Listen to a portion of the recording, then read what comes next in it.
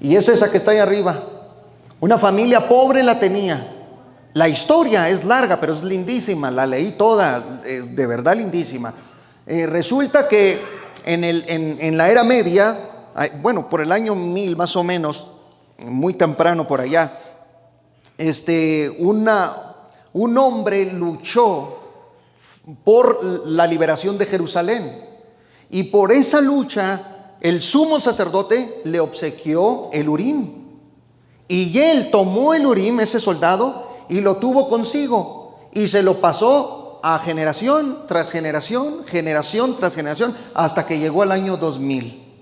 Este doctor se dio cuenta que había una piedra preciosa extraña, pero dice que cuando la vio, pues no le llamó mucho la atención. Cuando se le acercó, se dio cuenta que había inscripciones en ella que no habían sido producidas por el hombre, no era mano humana. Una riqueza, una hermosura, un dibujo extraordinario, como la Biblia retrata al sumo sacerdote con toda su vestimenta, ¿verdad? Gloriosa, hermosa. Y aunque ya explicamos aquí el manto, la túnica, recuerden que hablamos sobre las campanillas y sobre las granadas y todo lo que significaba esto. Entonces el día de hoy nos toca tratar un poquito sobre lo que va a ser o es el pectoral. Este es el pectoral, era de esta forma la que traía el sumo sacerdote en el pecho. Son 12 piedras preciosas, 12 piedras preciosas, y cada una de esas piedras tiene grabado el nombre de una tribu de Israel. Como en hebreo, el hebreo se lee de derecha a izquierda, entonces resulta que la tribu de Judá estaba al frente, es decir, a la derecha. Era la primera piedrecita que estaba en el pectoral, la tribu de Judá. Ya con eso Dios señalando que de ahí vendría el futuro Mesías de Israel, Cristo Jesús nuestro Señor, el Mashiach, bendito sea. Entonces tenemos el pectoral con sus 12 piedras hermosas. Este pectoral era como una pequeña bolsita, era un cuadrado, como está en la escritura, era un cuadrado, y estaba colocado en el pecho del sumo sacerdote con sus 12 piedras. Y eran hermosísimas, eran de verdad luminosas. Cuando el sumo sacerdote entraba con ese pectoral dentro del lugar santísimo, donde la Kevot, la Shejina, o lo que es la presencia de Dios manifestada, o la gloria del Dios Todopoderoso, cuando el sumo sacerdote entraba al lugar santísimo, al lugar del santo de los santos, y él se presentaba, el resplandor de la Kevot, de la gloria de Dios, llegaba al pecho y las piedras recobraban vida. O sea, de manera impresionante se iluminaban y resplandecían. Y entonces los nombres de las 12 tribus de Israel en el pecho del sumo sacerdote brillaban delante de Dios. Era la luz divina la que provocaba esto. Bendita la gloria del Señor. Entonces, ese es el pectoral. El pectoral, cuando era quitado del sumo sacerdote, lo que se hacía es que se doblaba. Como era una especie de bolsita, se tomaban otras 2 piedras, como las ven aquí, llamadas Urim y Tumim. Estas 2 piedrecitas las tomaba el sumo sacerdote y las metía en el pectoral. Siempre estaban escondidas. Por fuera eran las 12 piedras preciosas de las tribus de Israel, y por dentro, porque era una especie de bolsita, metía las 2 piedras llamadas Urim y Tumim. Ahorita les voy a dar el significado de todo esto, estoy en introducción. Entonces, una vez escondidas allá adentro, como el mismo Dios le manda que las meta ahí, se llaman el Urim y Tumim del juicio. También es el pectoral del juicio. En lengua hebrea se le llama Hoshem, el Hoshem Mishpat. Así se llama Hoshem Mishpat, que es el pectoral. Entonces nuestra traducción es adecuada. Bendita la gloria del Señor. Pero miren, vamos a ir por partes para analizar esto. Ahora, ¿cómo sabemos? Porque aquí hay un misterio en el Urim y Tumim. ¿Cómo sabemos que eran piedras? Porque las teorías han salido en cuanto al Urim y Tumim, no en cuanto al pectoral, sino en cuanto a esto. Muchos han dicho que no eran piedrecitas. Llegaron a decir que no eran piedrecitas, que no eran piedras, sino que era otro tipo de objetos. Pero resulta, lo que descubrieron los arqueólogos, al final les voy a decir, es que encontraron, vean esto, encontraron una piedra de Urim. Fíjense nada más, qué hallazgo tan impresionante. La encontraron y entonces es a partir de ahí que nos damos cuenta que en efecto el sumo sacerdote portaba otras dos piedrecitas. Y esa imagen que usted está viendo ahí arriba es la piedra encontrada, la roca original, la piedrecita original que fue hallada en una familia de la cual les voy a hablar más adelante y de manera breve, porque está en las noticias y está a la orden del público y usted puede ahí leer aparte todo lo que usted guste. Al final se los digo. Bueno, para empezar, primeramente miren, vean cómo en el verso 16 se nos da la medida del pectoral. Se nos dice que será de 1 palmo de largo y de 1 palmo de ancho. O sea, estamos hablando aproximadamente de 23 por 23 centímetros. Era pequeño, 23 por 23 centímetros. O sea, no era algo grande o enorme, no, sino que era algo pequeño. Repito, sobre el pecho del sumo sacerdote, pero estaba colgado en el efod. Este es el efod. Recuerden que les dije que el efod era una especie de chaleco. Era una especie de chaleco que portaba el Cohen Gadol, el sumo sacerdote.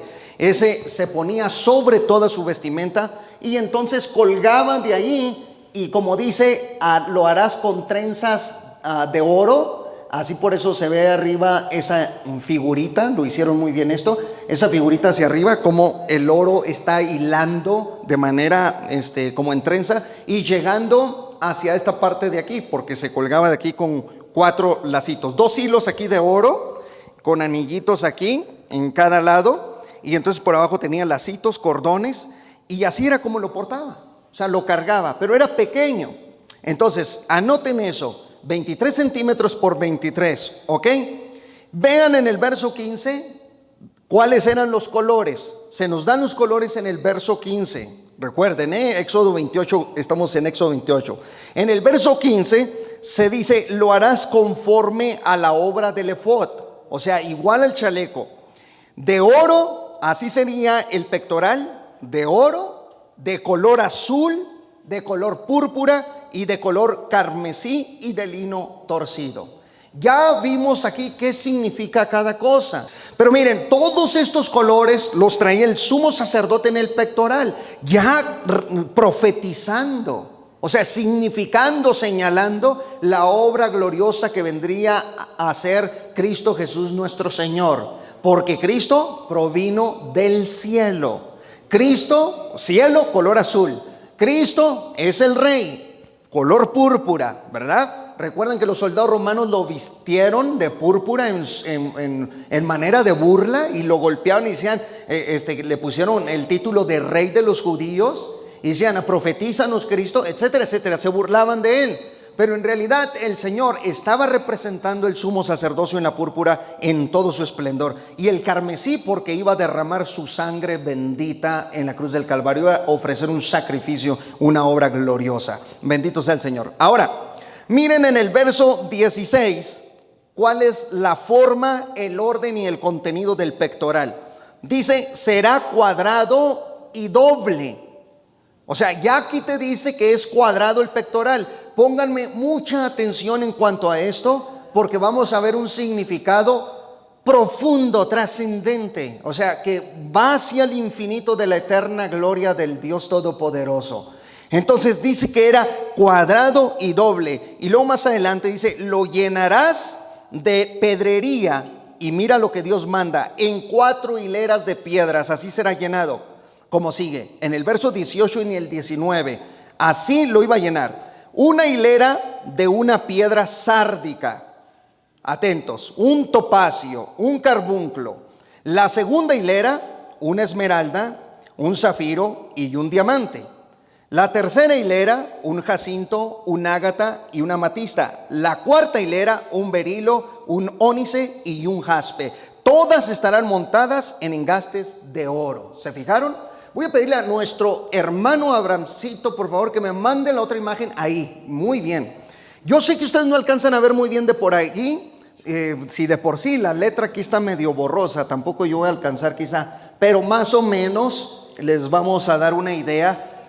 Es muy difícil para los eruditos bíblicos, para los estudiosos de la Biblia, encontrar los colores precisos, exactos de los minerales de la antigüedad. Es complicado, sobre todo se nos pierde con el tiempo, se nos pierden los términos, los significados de las palabras, etcétera. Entonces, el trabajo que hacen los eruditos y los estudiosos bíblicos al traernos este tipo más o menos de cómo eran los colores de esas piedras o la piedra en sí, pues es un trabajo enorme lo que hacen.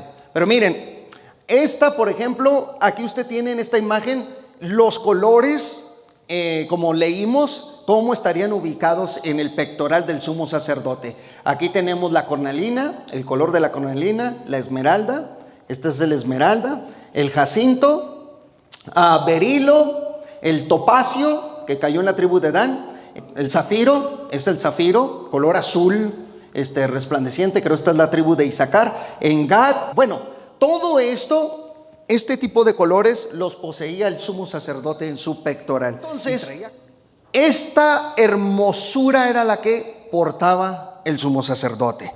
Ya estamos viendo ya desde aquí cómo Dios manda estrictamente y le dice: quiero que te presentes así delante de mi presencia.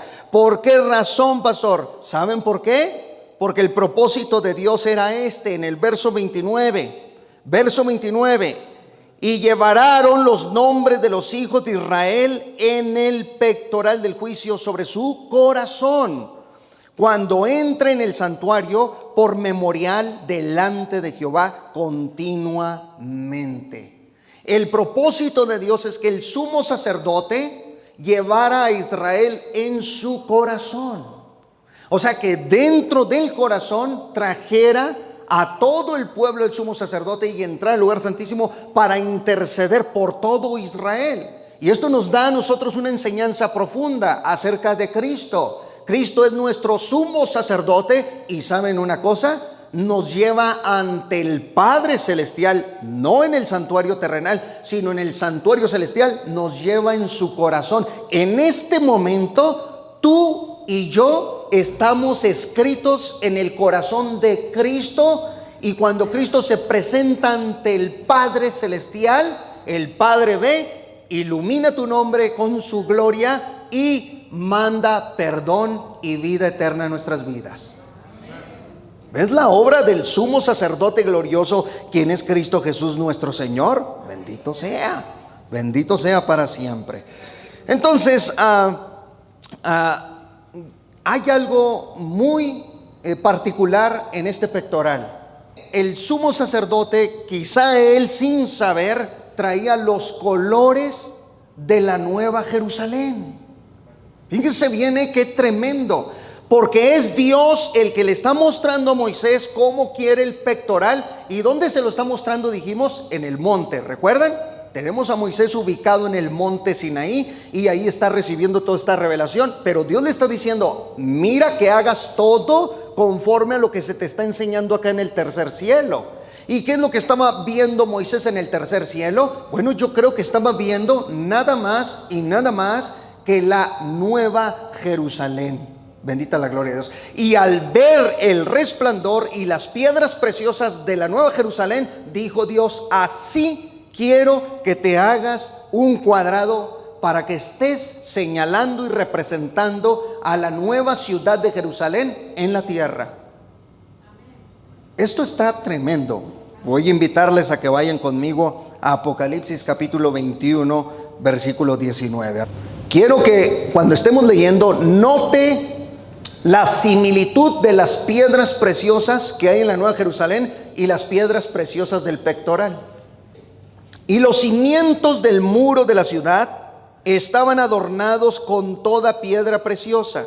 El primer cimiento era jaspe, el segundo zafiro, el tercero ágata, el cuarto esmeralda, el quinto ónice, el sexto cornalina el séptimo crisólito, el octavo berilo, el noveno topacio, el décimo crisopraso, el undécimo jacinto y el duodécimo amatista. Miren, estos son los colores, estas son las piedras preciosas y las mismas piedras preciosas que estaban en el pectoral. El sumo sacerdote traía 8 de 12 piedras de la Nueva Jerusalén, y son estas: el topacio la traía el sumo sacerdote, la esmeralda la traía el sumo sacerdote, el zafiro, el jacinto, ágata, amatista, berilo, ónice y jaspe. Todo esto estaba en el pectoral del sumo sacerdote. Eso quiere decir que Dios ya desde el Antiguo Testamento estaba mandándole un mensaje al pueblo de Israel en Jerusalén, porque en Jerusalén estaba el templo, en Jerusalén terrenal. Le estaba diciendo: así como ministras en la Jerusalén terrenal, ese pectoral estará señalando la Jerusalén celestial con esas piedras preciosas. Y por si necesitaba un poco más de información, cuando usted lee Apocalipsis se da cuenta que los nombres de las 12 tribus de Israel están escritos en la Nueva Jerusalén también. O sea, los colores tienen esa impresionante semejanza y las piedras preciosas. Ahora, vean ustedes cómo también en el verso 16 de ahí mismo de Apocalipsis se nos dice que la ciudad se halla establecida ¿en qué? ¿En qué? En cuadro. Aunque el pectoral era una especie de bolsita, pero era un cuadrado también. Vean ustedes cómo Dios dice que la Nueva Jerusalén es un cuadrado. Sí, aquí estamos hablando de un hipercubo.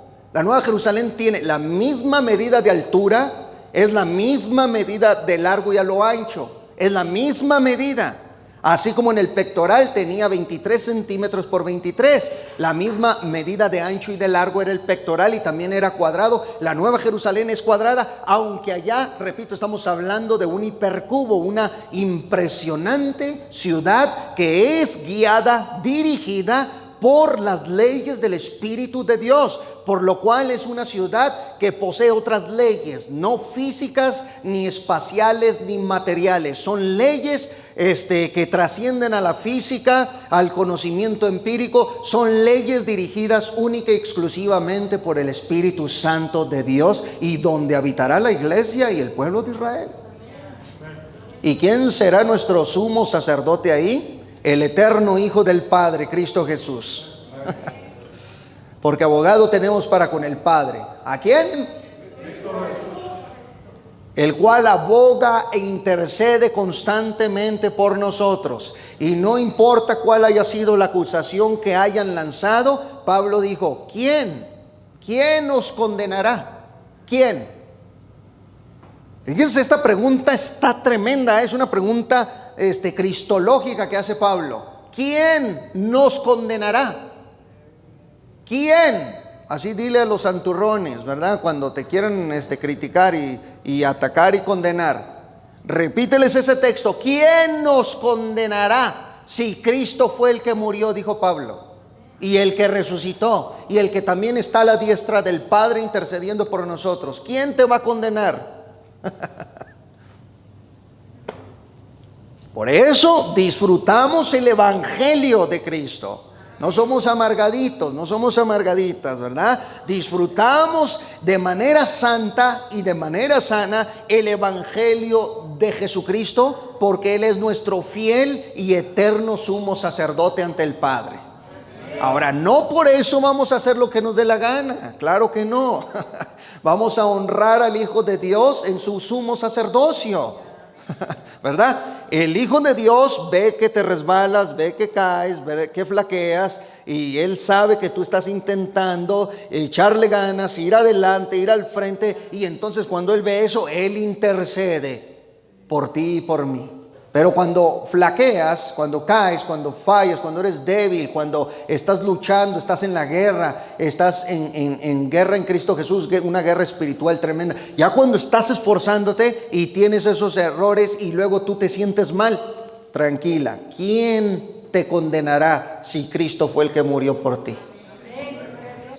Hebreos 7:23. Entonces estamos viendo cómo el sumo sacerdote desde el pecho, desde las profundidades de su corazón, se intercomunicaba con la nueva Jerusalén a través de las piedras preciosas. Eran como una especie de portal por donde el corazón del sumo sacerdote se asomaba al cielo y podía tener contacto y conexión con la nueva Jerusalén. Bueno, Hebreos capítulo 7, verso 23 nos habla cómo Cristo aboga por nosotros y nos lleva en el corazón ante el Padre.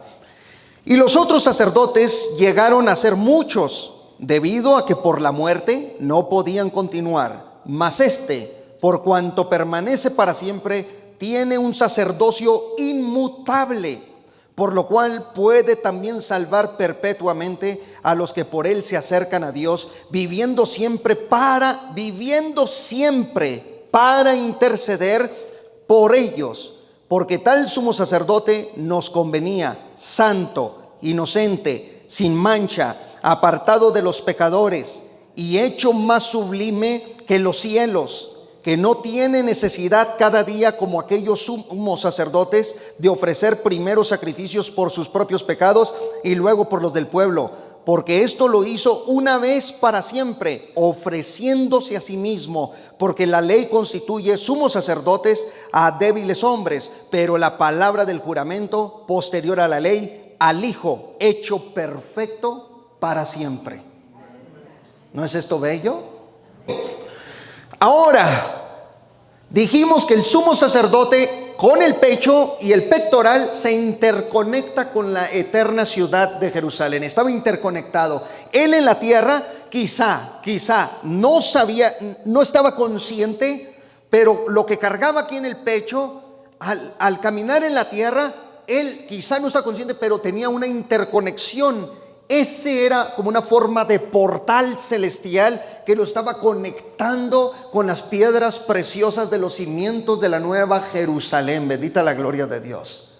Portando ya la identidad y la representación de la Jerusalén celestial. Ahora, hay otro asunto aquí también que tenemos que ver. ¿Sabían ustedes que Hillel Ben Shahar, ¿quién es ese pastor? Hillel Ben Shahar, ¿sabían ustedes que también portaba estas piedras que cargaba el sumo sacerdote? ¿Sabían ustedes que Lucifer, el Señor le reprenda, antes de caer, él se llamaba en lengua hebrea Hillel Ben Shahar? Hillel quiere decir portador de la antorcha, portador de luz. Por eso cuando los eruditos griegos van a traducir el Antiguo Testamento, ven en ese capítulo donde aparece la descripción de la vestimenta de Lucifer y lo ven a él ahí, y ven que el hebreo usa la palabra Hillel, o sea, aquel que porta la antorcha, aquel que resplandece, aquel que porta el fuego en sí mismo. Eso significa Hillel. Cuando se traduce la palabra Hillel al griego del Nuevo Testamento, notan y intentan buscar una palabra adecuada para traducir Hillel, y ellos encuentran la palabra eusfósforos. Eusfósforos en lengua griega significa fósforo. Un fósforo, tal como el que prendes. Psss. Y usan el griego eusfósforos. Y esa palabra, de ahí se desprende la palabra semáforo, porque está señalando la luz en el semáforo. Y otras palabras se desprenden de ahí, se derivan de ahí. Pero los eruditos dicen, bueno, Hillel vamos a traducirlo como eusfósforos. Y luego ya vino el latín y le puso Lucifer como portador de la luz. Pero el hebreo, al usar Hillel, está indicando que la criatura resplandecía, era una llamarada, era una antorcha caminando esa criatura. iluminaba por donde andaba, portaba la música en sí mismo. Cuando él andaba como el sumo sacerdote, dijimos que traía campanitas, ¿recuerdan? Y esas campanitas cada vez que andaba el sumo sacerdote sonaban. Lucifer en su vestidura traía la música, por eso dice, en el día de tu creación estuvo preparado los tamboriles. La palabra hebrea tamboriles está indicando tu ministerio, iba a ser ese, la música. Y las flautas estuvieron, todos los sonidos musicales estuvieron listos en el día en el que tú fuiste creado, en el día en el que naciste, te paseabas en las piedras del fuego del Edén. Y esa criatura portaba algunas de estas piedras preciosas que estaban en el pectoral.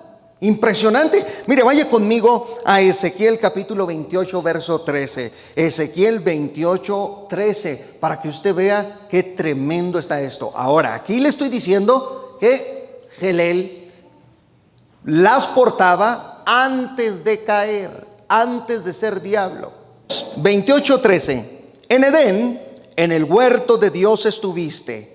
Noten, de toda piedra preciosa era tu vestidura, de cornerina, topacio y jaspe. Esto lo traía el sumo sacerdote, topacio y jaspe. Crisólito, berilo y ónice lo traían en el pectoral también. El zafiro también lo traía en el pectoral. Carbunclo no, esmeralda sí estaba en el pectoral, y el oro también estaba en el pectoral. Dice, los primores de tus tamboriles y flautas estuvieron preparados para ti en el día de tu creación. Ahora, ¿estamos diciendo con esto que Lucifer antes de caer era una especie de sumo sacerdote? No. No era una especie de sumo sacerdote. La Biblia le aplica a él la palabra querubín y le dice querubín ungido. Imagínate, los ángeles no tienen la unción, ni los querubines ni los serafines. Más sin embargo se dice de Gelel que era ungido, tenía algo especial. Cayó y Dios le quitó todo. Alaba a Cristo que Él viene pronto. Bien, vamos a entrar a la siguiente parte para terminar con esto. Mira en el verso 28 de Éxodo, en el capítulo 28 de Éxodo, verso 30. Y pondrás en el pectoral del juicio Urim y Tumim, para que estén sobre el corazón de Aarón cuando entre delante de Jehová. Y llevará siempre Aarón el juicio de los hijos de Israel sobre su corazón delante de Jehová. Bendito Dios. La palabra Urim, esta palabra, aquí este es un misterio, todavía hasta la fecha, de verdad, hasta la fecha es muy complicado, se complicó a través de la historia entender a profundidad lo que era esto. Pero tenemos una idea general, hay un acuerdo general en el significado de esto. Urim significa luz, Urim. Ahora, posiblemente venga de alguna raíz, porque la palabra luz en hebreo es or. Por eso cuando lees en Génesis que dice, Vayomer Adonai, y dijo Dios, Vayomer Adonai, Yehi or, Vayehi or. Está diciendo, y dijo Dios, sea la luz, y fue la luz, or, la luz. Entonces dicen que Urim viene de alguna manera de esa raíz de luz. Por eso creen que la palabra Urim significa luz, mientras que la palabra Tumim viene de una raíz hebrea también llamada Tam, y Tam significa perfección. Entonces se juntan ambas palabras, luz y perfección, Urim y Tumim, luz y perfección, eran en estas hermosas piedrecitas. Ahora, ¿qué es lo que pasaba? El sumo sacerdote, dije dónde las cargaba, ¿dónde las tenía? Sí, las metía dentro del pectoral, ¿verdad? Ahí estaban ocultas, dentro del pectoral. Cuando el pueblo de Dios quería buscar una respuesta de Dios, acudían al sumo sacerdote o a los sacerdotes y consultaban a Dios pidiendo una respuesta por medio de Urim y Tumim. Porque la palabra Urim, repito, que llega a significar luz, estaba hablando de la verdad de Dios y obviamente Tumim de la perfección de Dios. Pero cuando el pueblo iba al sumo sacerdote, digamos, estaba pidiendo por, vamos a poner así el ejemplo de algunos reyes, que fueran a pedir si Dios les va a respaldar en la guerra o no. Iban al sumo sacerdote, el sumo sacerdote tomaba el pectoral y lo sacudía, porque esas piedrecitas tenían escrito el nombre de Dios en ellas y también tenían escrito lo siguiente. Tenían de un lado la palabra sí y del otro lado la palabra no. Ambas piedras tenían sí y no. Entonces, cuando el sumo sacerdote las movía aquí en el pectoral para responderle a la persona, o en este caso al rey, subiremos a la guerra, Dios nos va a respaldar, de manera impresionante metía las manos, algo así como los dados, ¿verdad? No quiero usar ese ejemplo porque se me hace muy, pues muy malo como para usarlo para algo tan sagrado y santo. Pero para dar una idea más o menos moderna, metía su mano y sacaba ambas piedras. Cuando las sacaba, las mostraba. Si las piedrecitas, el Urim y Tumim, aparecía la palabra sí, sí, y la palabra sí. O sea, sí, sí. Eso quería decir que Dios estaba respondiendo positivamente. Le estaba diciendo a los reyes, tendrán la victoria, pueden subir. Ahora, si aparecían no y no, la respuesta de Dios era, ni subas, cuate, ni subas, porque vas a perder la batalla. O cámbialo a cualquier petición del pueblo. El Señor estará conmigo, el Señor me va a acompañar en mi camino en este viaje. Iban y consultaban al sacerdote para eso. Ahora, ¿qué pasaba? ¿Qué sucedía cuando una caía sí y la otra no? Sí, no, no, sí. ¿Han oído los mexicanos hablar así? Sí, no, no, sí. ¿Sí nos han oído hablar así los mexicanos? Sí, no, ahí la dejamos. Sí, sí, no, no, sí. Cuando nos oyen hablar así, o sea, en realidad casi somos hebreos, casi somos judíos. ¿Por qué?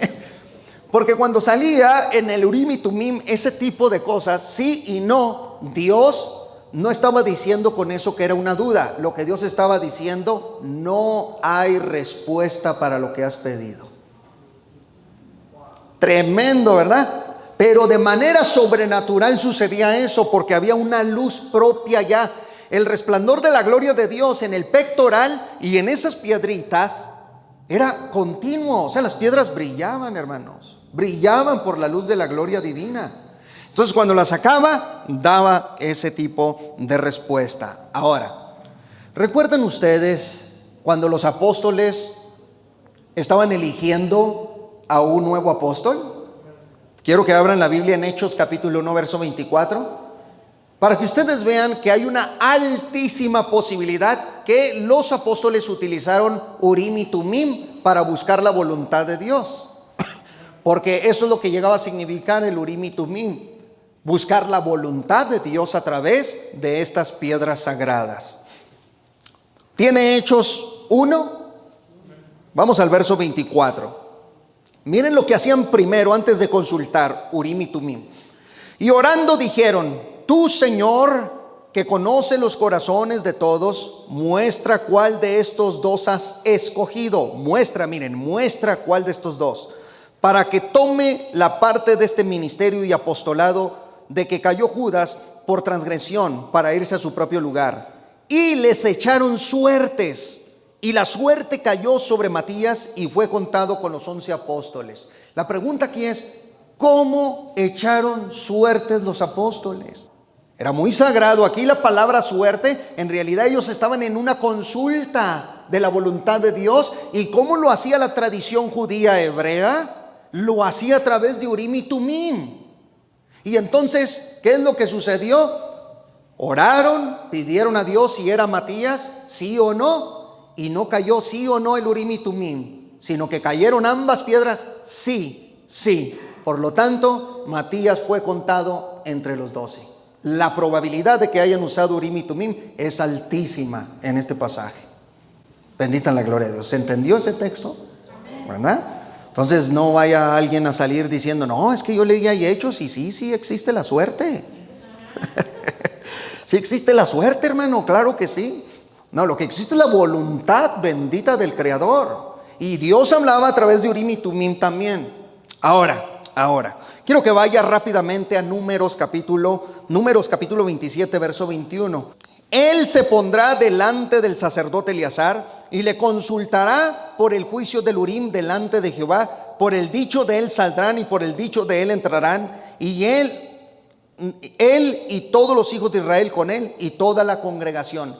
Aquí se consulta a través del Urim. Se pregunta si Josué es escogido o fue llamado. Y delante del sumo sacerdote, cuando se presenta Josué, saca las piedras el sumo sacerdote, las muestra y en efecto prueba Dios delante de toda la congregación que Josué había sido escogido y consagrado. Bendita la gloria de Dios. Pero así lo consultaban. Son textos nada más para que usted los tenga, de cómo consultaban al Señor en el antiguo tiempo. Ok, ahora vaya a otro pasaje por favor conmigo. Primero de Samuel capítulo 28 verso 6. Y consultó Saúl a Jehová, pero Jehová no le respondió ni por sueños, ni por Urim, ni por profetas. Por eso fue Saúl a consultar a Dios usando el Urim, ni tampoco le respondió por medio de eso, porque Dios usaba en el antiguo tiempo a los sueños y también a los profetas para hablarle a los hijos de los hombres. Y consultó por Urim, por estas piedras preciosas, y Dios no le respondió a Saúl tampoco. Había algo borroso ahí en el antiguo tiempo, no había tanta claridad en la búsqueda de la voluntad de Dios, tal como hoy la tenemos, que hoy brilla la voluntad de Dios en nosotros. Bendita la gloria de Dios. Y otro texto que quiero que nada más apunte para que lo tenga como base es Esdras capítulo 2 verso 63. Hasta dice que aquí en este texto usted va a ver que hasta la llegada de los sacerdotes el pueblo iba en consulta de Urim y Tumim. La iglesia de Cristo no necesita ya de Urim y Tumim. ¿Saben por qué? ¿Por qué no necesitamos el Urim y Tumim para recibir dirección, para recibir la guía, para recibir la iluminación de la voluntad divina? Porque en lugar de Urim y Tumim, Dios nos ha dado el Espíritu Santo, hermanos. Hermano, ¿qué los antiguos no lo tenían? Mire, en el Antiguo Testamento el Ruach HaKodesh, o el Espíritu Santo, bendito sea para siempre, la tercera persona en la Trinidad de Dios. El Espíritu Santo en el Antiguo Testamento solo se derramaba sobre los profetas, sobre los sacerdotes, sobre los reyes y uno que otro por ahí, pero no estaba derramado sobre todo el pueblo. Por eso el profeta Joel profetizó y dijo: y en los postreros días, dice Dios, derramaré de mi espíritu sobre toda carne, y vuestros hijos y vuestras hijas profetizarán, verán visiones, vuestros ancianos soñarán sueños. Pero les dijo, sobre toda carne, sobre siervos y siervas, derramaré de mi espíritu. Así le dijo el profeta, anunciando que en el futuro Dios les iba a traer el derramamiento del Espíritu Santo. Pero en el Antiguo Testamento no se derramaba. ¿Saben dónde inició el derramamiento del Espíritu Santo? En el día de Pentecostés. ¿Qué quiere decir eso, pastor? Que ahora el Espíritu Santo está derramado sobre toda la iglesia de Cristo.